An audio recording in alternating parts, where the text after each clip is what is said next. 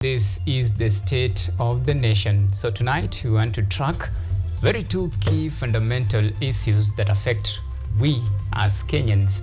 I'm talking about the ongoing doctor strike and of course the public wage bill that the government says it must at least come down to 35% because currently we are living beyond our means. So that is the discussion that we are tracking right here.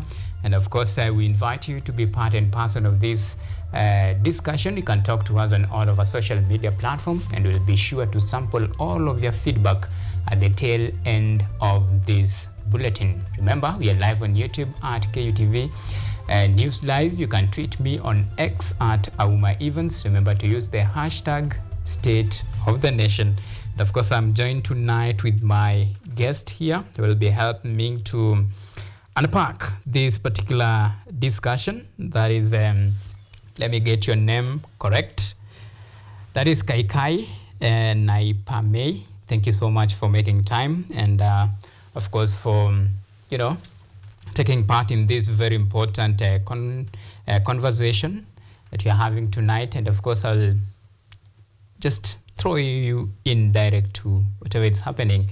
And of course we'll begin with the issue that I believe has born to the discussion that we are having tonight, the issue of striking Medic. I believe it's almost a month since they downed their tool and the situation at our public health care is dire. Many patients are suffering. Well, I want to take your account on this and give me your reaction. What do you think about the stalemate right now and the hard line between the government and of course the striking doctors? And what do you read in all this? And probably, what is the best solution forward? Yeah, so thank you very much for having me. Yeah, it's a crucial conversation because we all know that our health is very important. Mm-hmm. Without good health, we can't do our daily jobs properly or efficiently. Mm-hmm.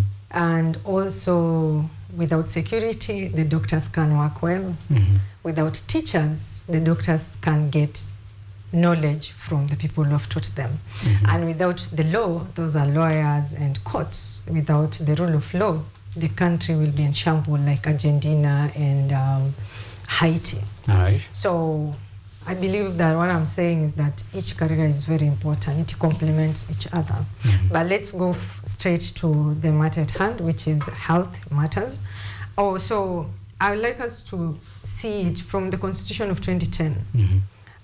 There was an article, I think, that provides that the Ministry of Health should have default functions, mm-hmm. whereby the national government will only deal with matters of, coordination mm-hmm. and supply of medicine mm-hmm. to the county. And then the county will deal with employment of medics, that is all kinds, mm-hmm. be it lab techs, clinical officers. Okay. My best friend is a clinical officer. Right.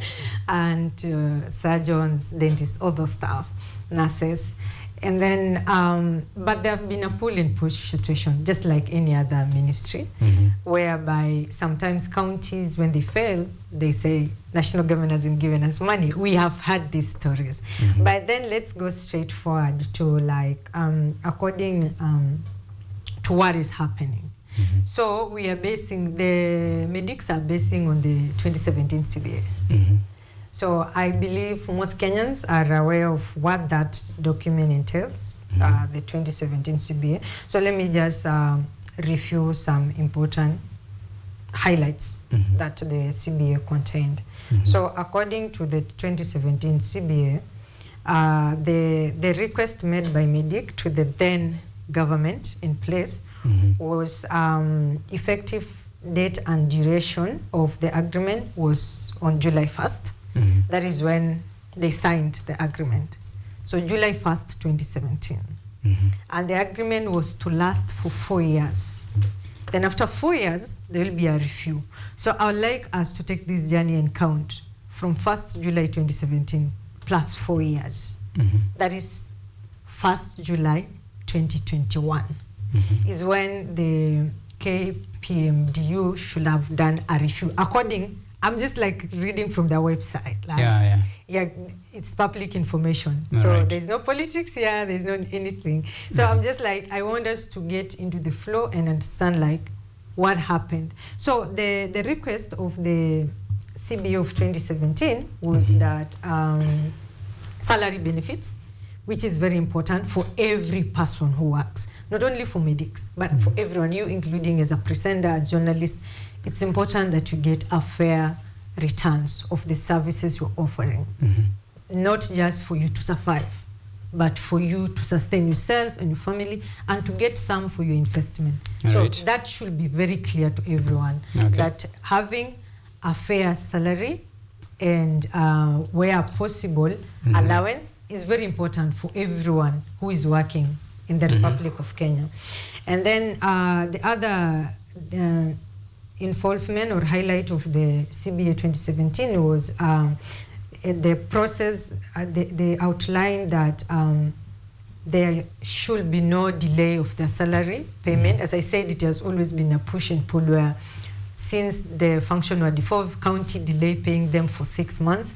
I said earlier that my best friend is a clinical officer. So there was a time he stayed for 6 months without a salary, and it was not a nice situation because your parents know that you're working for government. You are a medic. But you were like asking your parents, give me 60,000 for paying rent, and they're wondering what is happening. So it was not a good thing because I've experienced firsthand from my best friend.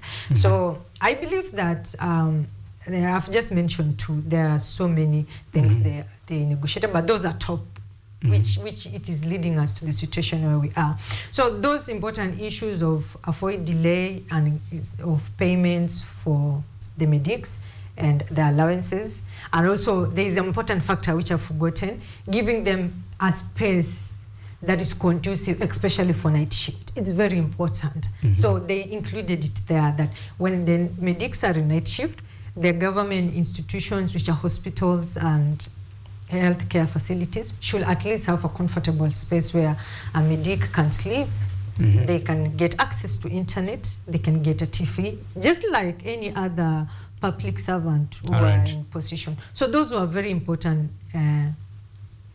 requests or grievances raised in 2017, which this government still honors it because, as I said, the other day, the leadership of the Medic Union were with the CS Florence Bore, who is the CS for Labour.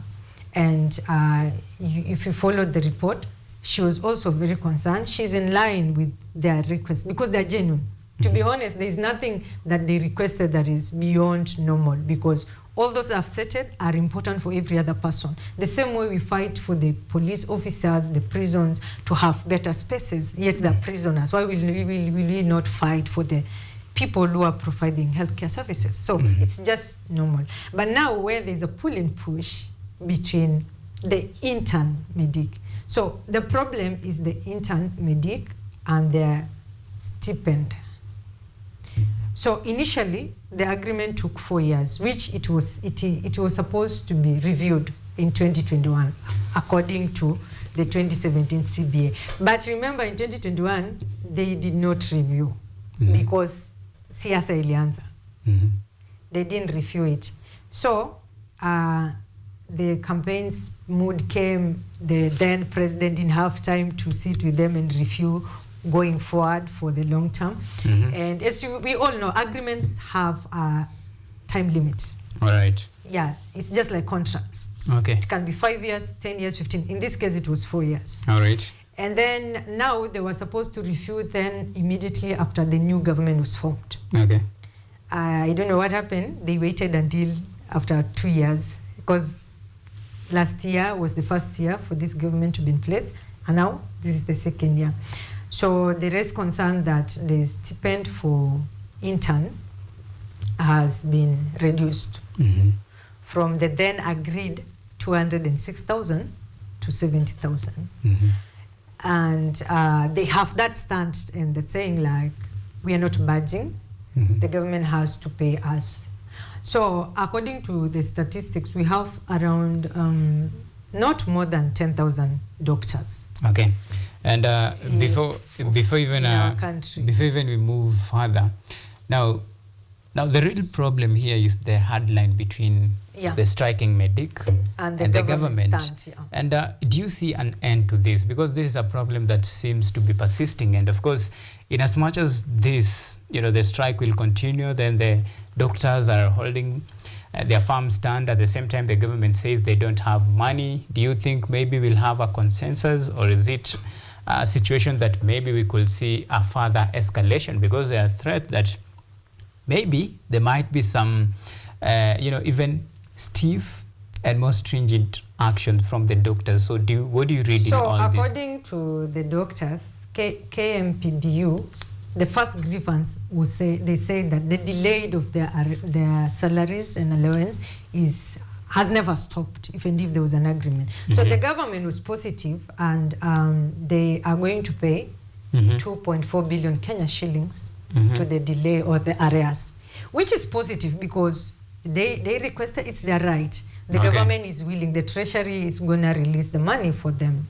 So that is a positive result, that the government listens. But now where there is a strong badge is that, as you said, like we have been spending way above our revenue collection, way above our means of living. All right. It's like we've been living on extra credit, which we are expecting the future generation to carry that burden, which is not right. So what the government is trying to do is that we rather pay medics, not only them, by the way, to be honest, because you remember last year the president cut off the traveling of senior personnel with their assistant. They used to go when there are 10 people, and right now it's only the important people who are going to negotiate. They go between 2 to 3 people, a cut of 7 people. So that is important to put in place, that medics should not feel like they're the only people being told we are cutting down because we have to live within our means. No, it's not true. Every other senior people are being also cut. Like traveling allowances are being cut. Right now, there's so many PSs who are abroad, like from the treasury, the CS and the PS are abroad, and they're not receiving an allowance for going to do work which they are employed to do. So those are the things that the president cut down. And even was it 2 weeks ago or 3 weeks ago, when he had a meeting with CEOs and everything, you can remember his speech was strict that there is no misuse of funds. There is no unnecessary expenditure or allowances given to people, yet they have a salary. So the medics are one thing I need Kenyans and the medic to understand is that they're not just picked out and being told your stipend is being cut because you are a medic. No, it's just that the government is putting in place this strategy that so many expenditures which are unnecessary are being cut. Okay, now you have really actually raised a very important question. When you talk about the wastage, of course, you and I know that there is a lot of wastage in the government, of course, and this is part of the reason why a commission like SRC says that we need to live at least by our means, and they want to cut that expenditure from roughly 43 all down to bring it to 35. Now that tells you that we have a problem. The doctors, when you go by the fiscal policy, the doctors in their own right, they have the right to demand for an increase in the salary because, well, we all know the harsh condition that you are in, and a salary increase will do at least a much of justice to the ongoing thing. However, do you think they have a point when they talk about, the implementation of this agreement? Because it's something that binds them. In as much as the government says it was maybe during the signing of this agreement, maybe the government did not consider some of the factors, maybe like, let's say, the opinion of SRC, actually to give their input on this, if it's actually attainable. But don't you think the government needs to actually live up to their end of bargain? Yeah, as I said, it was an agreement that was to be reviewed after 4 years. Why was it being reviewed after 4 years? It means that there were some agreements that were workable then, or some requests that were workable then. But due to change of situations and circumstances in the government, there was a need that after every 4 years, they review it and say, okay, this was what we agreed for the last 4 years. This has been working well for both our medical practitioners and our government. But this is not working anymore because of ABCD.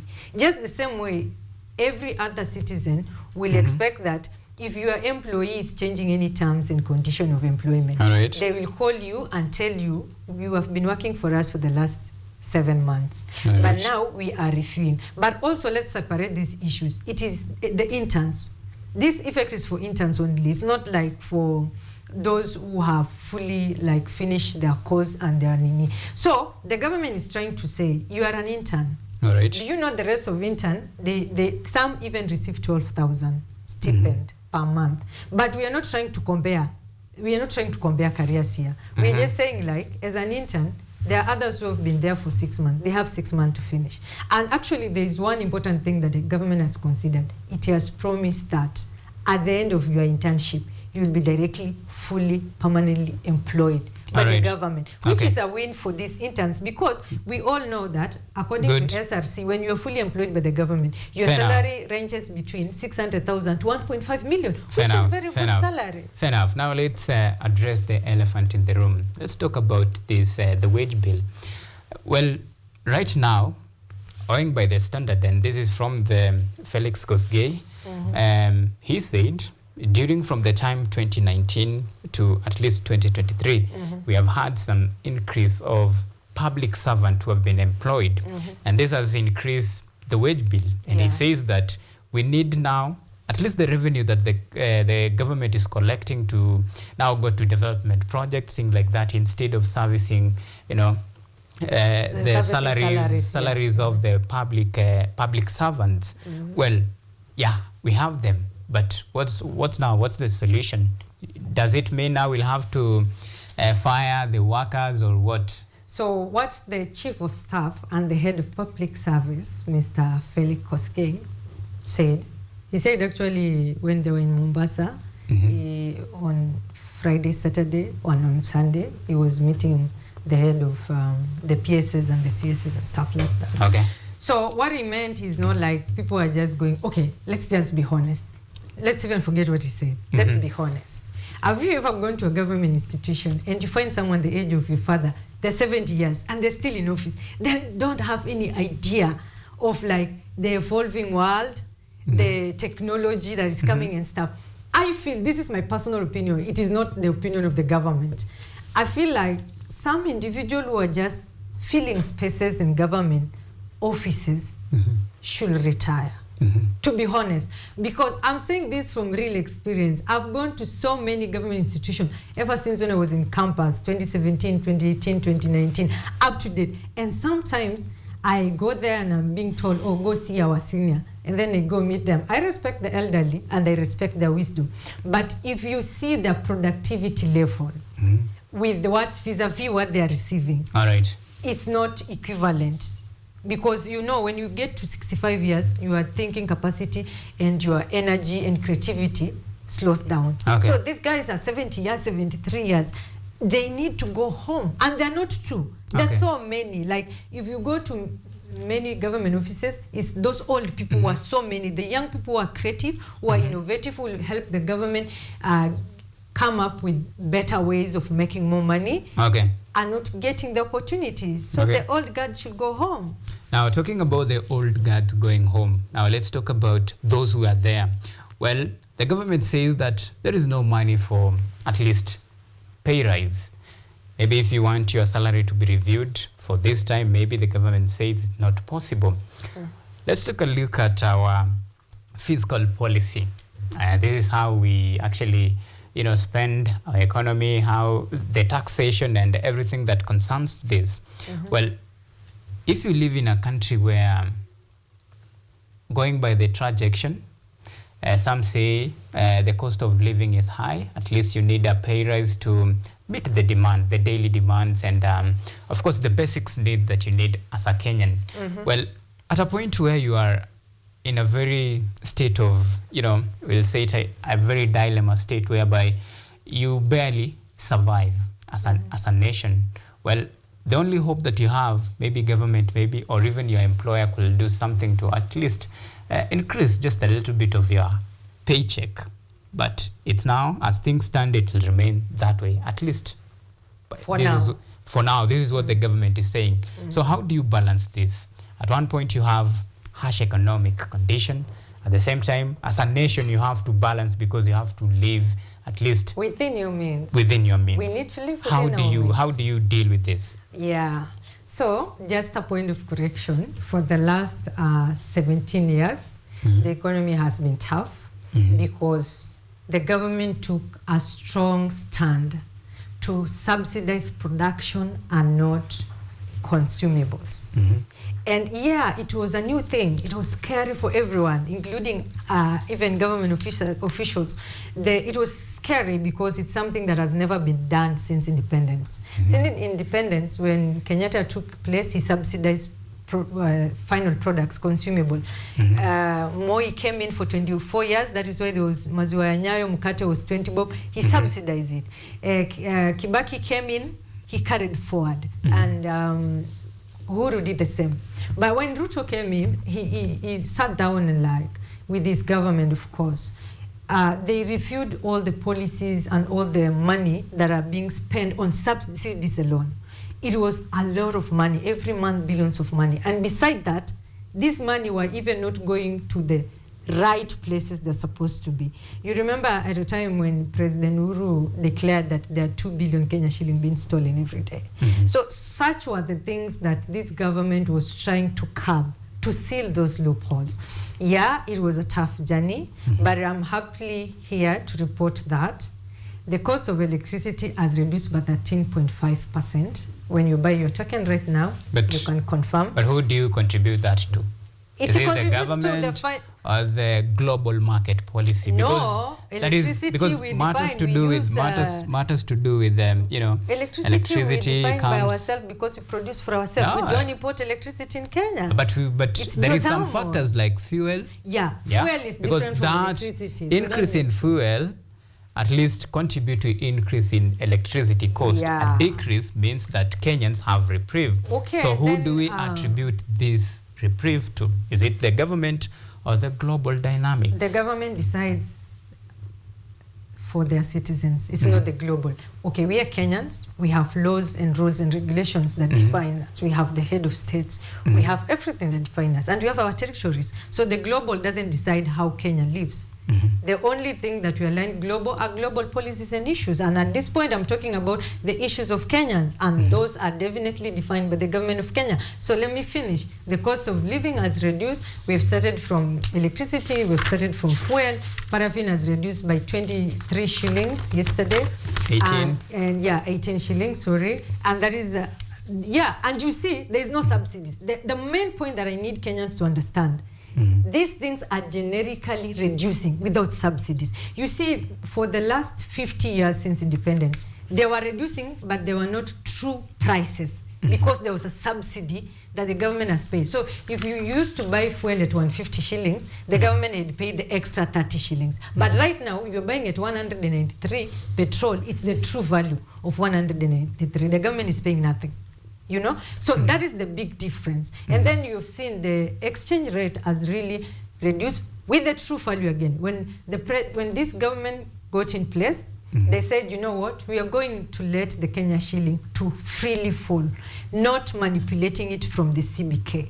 And you see it short. It went to 167. That was the true value of Kenya shilling. It was not being controlled by the CBK to say, oh, for the purpose of attracting investors, for the purpose of, getting more loans and stuff. But you see, after a time, it has now regained its strength, which is generically, it is not manipulated by the CBK. It is not controlled and say a good example that I will use to compare it is the Nigerian Naira.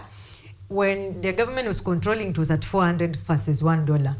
But when it was left to freely trade, it went to 1,600. So you can see the difference. And now you can understand that when the CBK of any country is controlling the trading of currency, we as Kenyans will say, oh, things are okay. But that's not the truth because it's being controlled. A quick one before we wind this up. Well, yeah, we agree. We have seen the cost of fuel coming down, the cost of unga fine. But there is a general feeling from Kenyans that the cost of living basically is high. We have high taxation, that is according to them.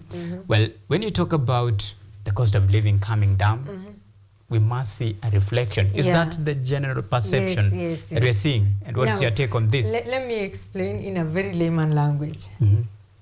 Most things have been reducing, like for unga, people are feeling now, but it didn't just start reducing yesterday. It started during the harvest season, which was other places harvested December, others January, right? So if anything the costs have reduced for any commodity, we don't feel the impact immediately because number one, remember, demands and supply controls the market. If I imported or I bought from a farmer, my products are at a different price. I have to sell it all ishe. So that I can now adapt to the new prices. So that is why we are not feeling it immediately, because the products that are already in the market, they have to be cleared before now they adapt the new prices. So that is the simplest explanation I can give. But one thing I can tell you, Kenyans, for sure, as my parting shot, is that this strategy might seem hard because it has never been done by any other leader. But one thing I can tell you guys for free is that it is working and it will continue working, and you will enjoy this fruit. You won't feel it immediately because, as I said, the forces of supply and demand controls the markets, but you're going to be happy eventually, and you're going to support the government fully that they made tough decisions, but they are better decisions for both the current and the future generation. There will be no debts being carried to the future generation. Like for us, we've been carrying forward these debts. We were not there during Kenyatta time and Moi time. But we have carried these debts to this generation. So us living within our means is helping ourselves and our children in future, that they will not inherit debts that they were not aware of. All right. Yes. Okay, Kaikai Naipamei, Economist, thank you so much for making time. And of course, let's hope we'll see a better Kenya. Well, so that is all we had for you as far as the state of the nation and this very important discussion is concerned. And of course, we'll be taking a very short break. When we come back, we'll be diving into matters sports.